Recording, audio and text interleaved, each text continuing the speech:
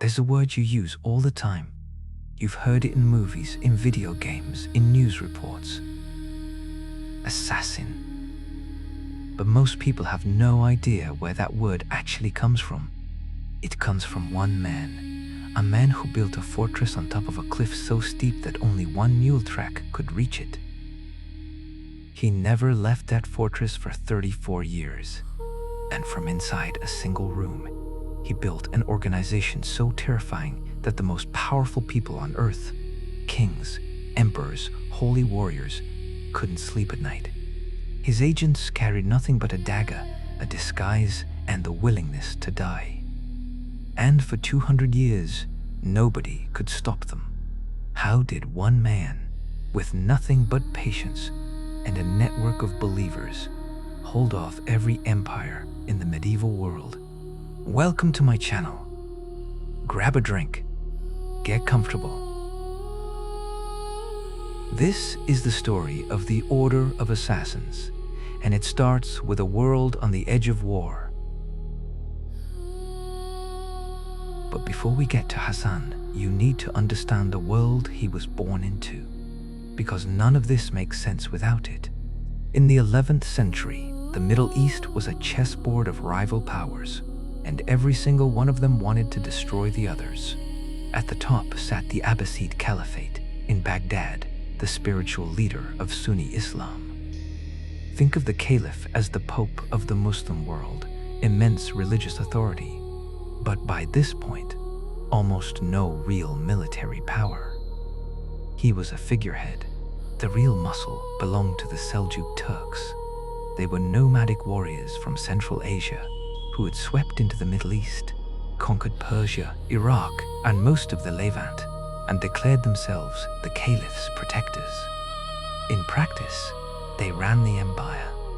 Their vizier, Nizam al-Mulk, was the most powerful man alive. He built universities, managed the treasury, and commanded the largest army in the region. But the Seljuks were Sunni, and across the Red Sea in Cairo sat their greatest rival, the Fatimid Caliphate. The Fatimids were Shia. They controlled Egypt, North Africa, and parts of Syria. And they claimed that the Abbasids in Baghdad were frauds, that the true successors of the Prophet ran through their bloodline, not the Sunnis. The rivalry ran deeper than politics. It was a religious war that had been burning for centuries. Sunni against Shia, Baghdad against Cairo, two caliphs, each calling the other a heretic. And caught in the middle were the Ismailis, a branch of Shia Islam even more radical than the Fatimids. They believed the true meaning of the Quran was hidden, symbolic, accessible only through a divinely appointed imam. The Sunni rulers called them the most dangerous heretics alive.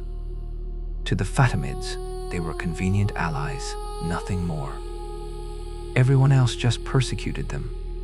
They had no army, no state, and no one willing to protect them. Now, add one more ingredient. In 1095, just 3 years after our story begins, Pope Urban II will call the First Crusade. 100,000 European Christian soldiers will march east, carve kingdoms out of the Holy Land, and massacre everyone in their path. Muslim, Jewish, and Christian alike. The Crusaders will seize Jerusalem, establish a kingdom there, and spend the next 2 centuries fighting to keep it. So picture the map: Sunni Seljuks in the east, Shia Fatimids in the west. Christian crusaders about to crash in from Europe. 3 civilizations colliding, and into this chaos walks one man, a Shia heretic without an army or a single ally, who decides he's going to change everything. Hassan-i Sabbah was born around 1050 in the city of Qom in Persia. Brilliant from a young age, he studied mathematics, astronomy, philosophy, and languages. By 17, he had converted to Ismaili Islam, a minority sect considered heretical by the Sunni rulers who controlled the empire.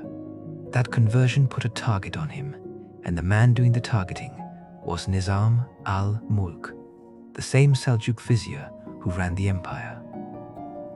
Stamping out Ismaili heresy had become his personal crusade, and Hassan was now at the top of his list.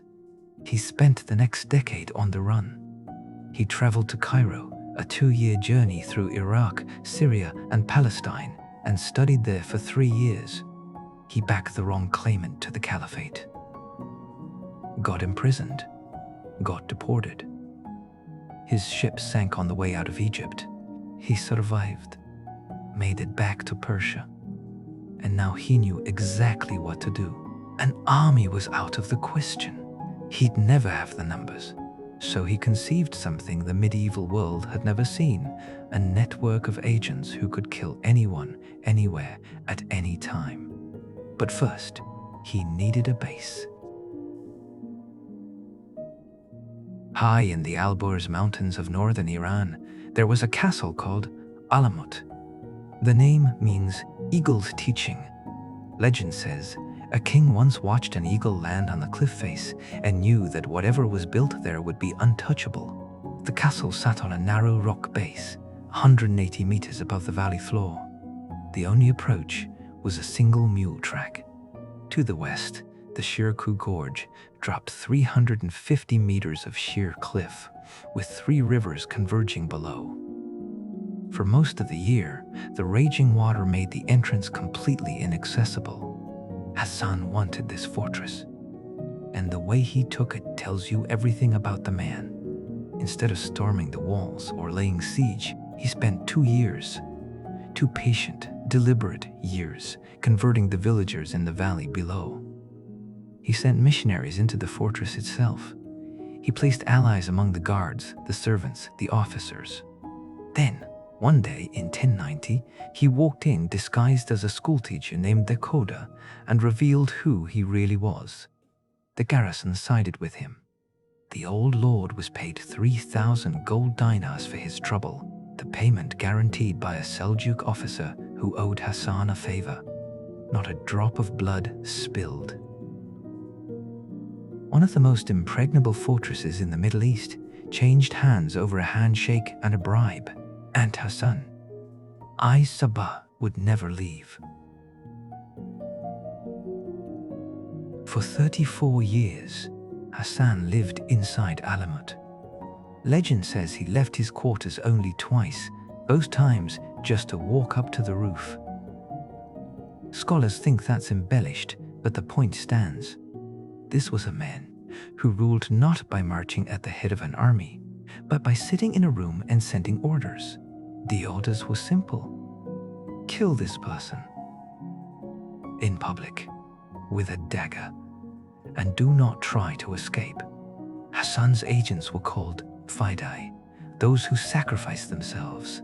They would spend months, sometimes years, embedding near a target, learning the local language, adopting local dress. A fidai might pose as a Sufi mystic, a merchant, a traveling scholar. He would wait for the perfect moment and then strike. Always in broad daylight, always in front of witnesses. The fidai almost never survived the mission. That was the point. Every kill said the same thing: we can reach anyone, and we are not afraid to die. Within 2 years of taking Alamut, Hassan proved it. In 1092, a fidai disguised as a Sufi approached Nizam al-Mulk, the same vizier who had been hunting Hassan for years, and stabbed him to death while he traveled between cities. It was the first time the medieval world had seen a political killing executed by a trained, purpose-built organization.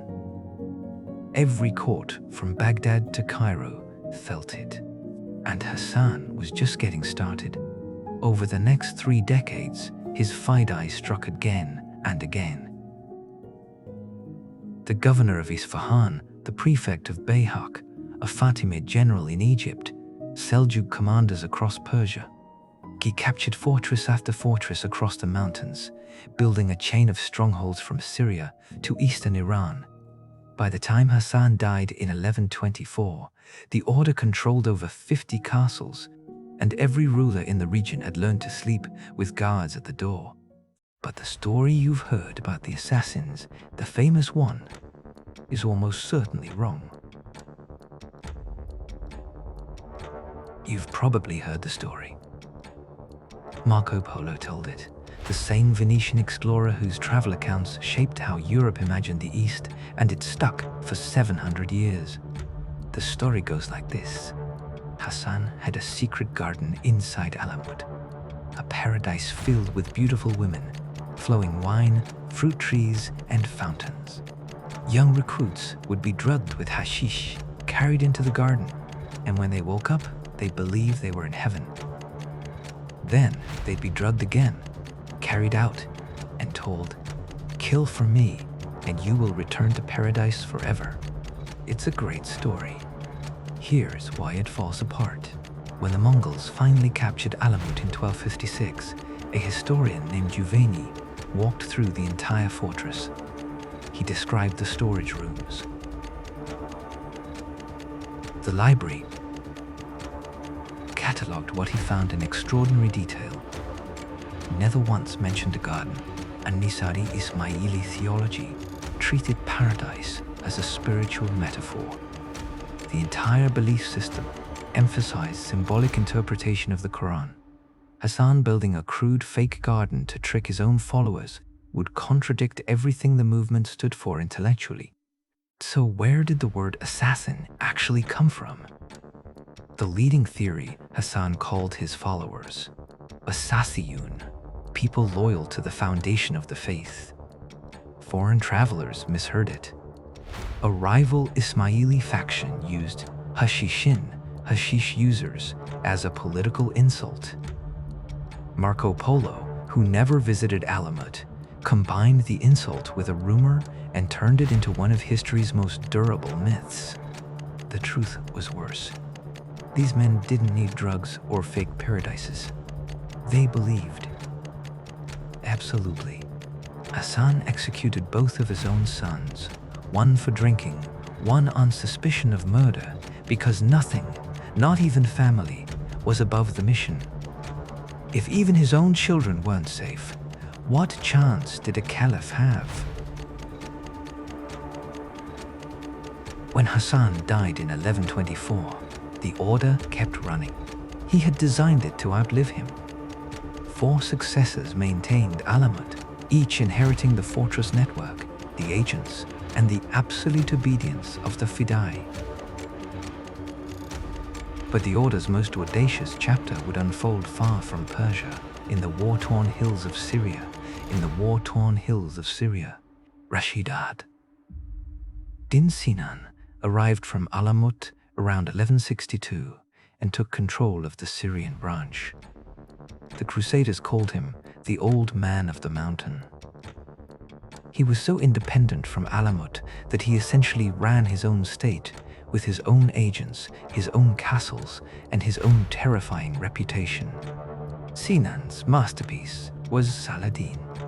In 1174, Saladin was consolidating power across Syria. He would go on to retake Jerusalem from the Crusaders and become the most powerful ruler in the Muslim world. But first, he had to deal with the Ismailis. And Sinan decided to send him a message. The first attempt, a Fidai infiltrated Saladin's own camp, slipped past every guard, every checkpoint. He couldn't reach the Sultan, so he drove a blade into the commander standing right beside him. Saladin watched his man die at arm's length. Second attempt, after a battle, another Fidai got even closer, close enough to wound Saladin himself before the guards cut him down. Then came 1176. Saladin besieged Sinan's fortress at Masyaf. One night, his guards saw a glowing spark moving down the hillside, drifting through the camp and vanishing into Saladin's tent. When the Sultan woke, there was no intruder. But on his bed, he found fresh bread, still warm, and a poisoned dagger pinned to a note. "We were inside your tent. We chose to leave you alive." This time, historians debate whether this actually happened. Saladin may have withdrawn because of a crusader threat to the north. But, true or not, people believed it. That was the reputation. Saladin lifted the siege and formed an alliance with the assassins. The most powerful man in the Middle East had decided it was safer to work with them than against them. And then the assassins killed the king. April 1192. Conrad of Montferrat, an Italian nobleman, has just been elected King of Jerusalem, the prize the Crusaders had fought a century to hold. He hasn't even been crowned yet. He's riding through the streets of Tyre when he sees two monks sitting on the side of the road. One of them approaches with a letter. Conrad reaches for it. The monk draws a knife and stabs upward into Conrad's body. At the same moment, the second monk leaps onto Conrad's horse and drives a blade into his side. Guards kill one attacker immediately. They capture the other alive. Under torture, the surviving assassin names Richard the Lionheart as the man who ordered the killing. But the Arab historian Ibn al-Athir says it was Saladin. A letter surfaced later claiming Sinan ordered it because Conrad had seized an assassin ship. But modern historians believe that letter was forged. 800 years later, we still don't know who ordered the murder of the King of Jerusalem. 3 suspects, 3 sources, and no resolution. What we do know is this. By the late 1100s, the assassins had killed viziers, atabegs, caliphs, emirs, and now a crusader king. They had attacked Saladin in his own tent. They had even attempted to kill Edward I of England during the 9th Crusade. Every title, every army, every fortress wall meant nothing. The word itself, assassin, entered every European language. It meant the person who can kill anyone. But there was one force the assassins had never faced, and it was already riding west. For the next 60 years, the assassins were untouchable. Kings, sultans, and crusader lords alike had learned the same lesson. Move against the order, and a dagger will find you. The word assassin had become a fact of political life, a permanent threat woven into the fabric of the medieval world. But in the East, a force was gathering that didn't play by any of the old rules. The Mongols had spent a century conquering everything in their path without once negotiating or forming an alliance. They had already burned Baghdad, the greatest city in the Islamic world, leveled kingdoms from China to Hungary, and killed tens of millions. In 1253, a general named Kitbuka began attacking assassin fortresses on the edge of the empire.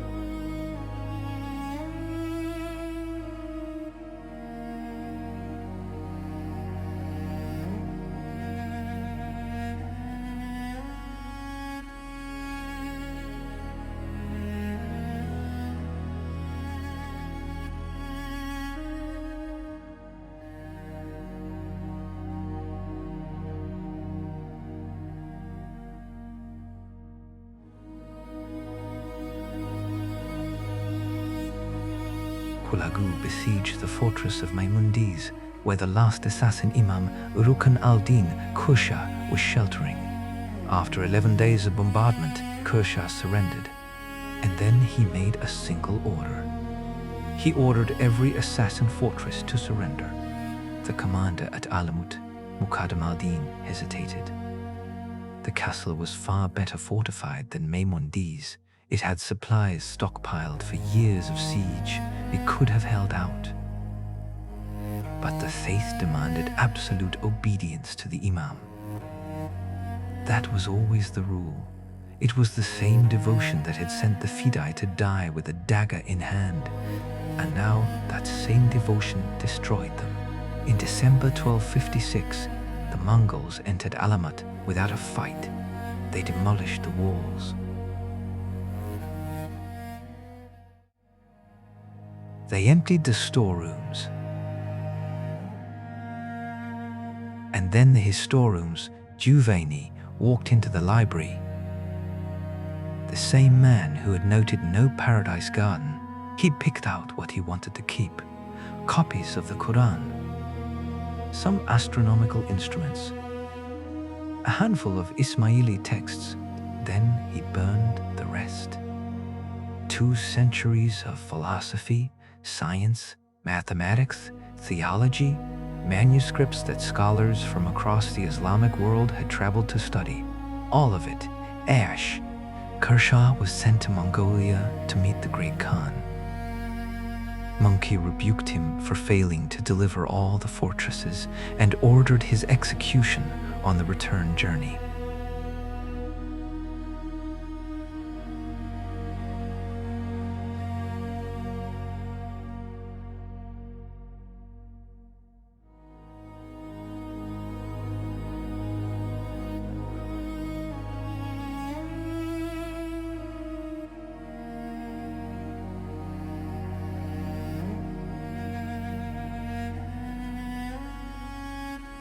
The Order of Assassins, the organization that had held off the Seljuks, the Crusaders, the Ayyubids, and every power in between for nearly 200 years, was finished.